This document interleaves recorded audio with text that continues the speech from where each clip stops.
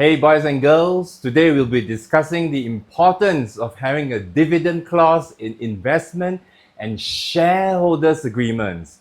We'll also look at the potential pitfalls of not including a dividend clause and the key considerations when negotiating this very crucial clause. Let's get started. So what exactly is a dividend clause?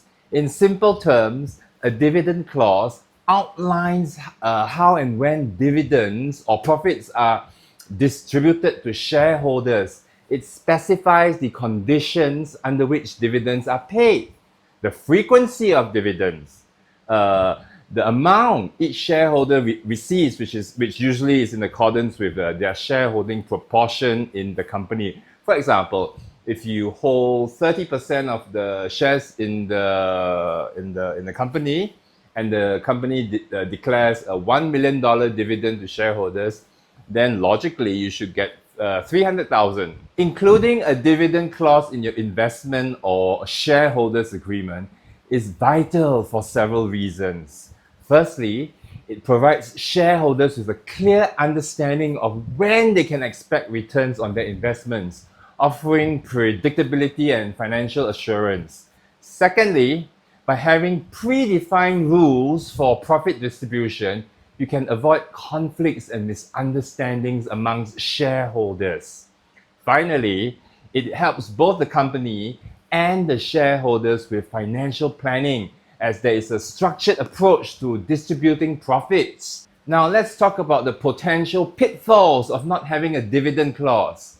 Shareholders may have no idea when or if they will receive dividends, leading to frustration and financial uncertainty. When I invested 1 million, I invested 2 million, when will I get my dividends? When will I be paid? Okay, so that's the most important pitfall if you don't have such a dividend clause. Number two, without clear guidelines, disagreements among shareholders can arise over profit distribution, potentially leading to costly lawsuits. One shareholder says, let's keep the money in the company so that it can make more money. Another shareholder says, no, I invested X dollars, X million, I want some of my money back. So having a dividend clause to cast in stone the policy will avoid such disputes.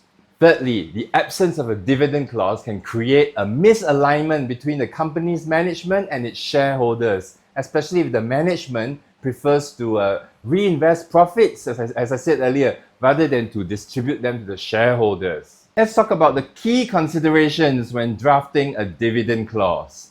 When drafting or negotiating a dividend clause, you should decide how often dividends will be paid, whether it's monthly, which is very, very unusual, quarterly, semi-annually, or annually. Secondly, determine how dividends will be allocated amongst the shareholders, because some companies have ordinary shares, they have preference shares, they have Series A shares, they have Series B shares, they have founder shares. So you need to decide, apportionment and all that kind of thing. Also, under the Companies Act, dividends can only be paid out of profits. If the company is not making money, no profits, you cannot pay dividends. It's contravening the Companies Act. Thirdly, specify any conditions that must be met before dividends are paid, such as full repayment of a loan, minimum profit thresholds or reserves in the company. Fourthly, consider the level of discretion given to the board of directors.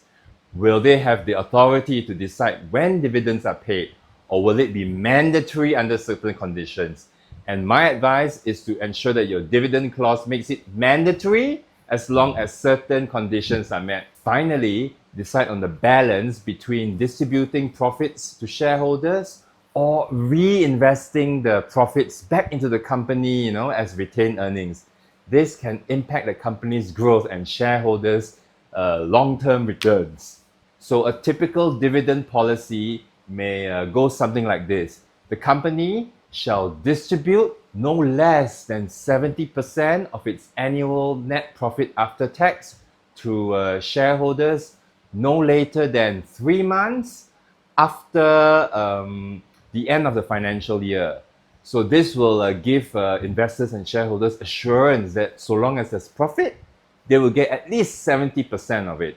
So thanks for watching this video on the importance of having dividend clauses.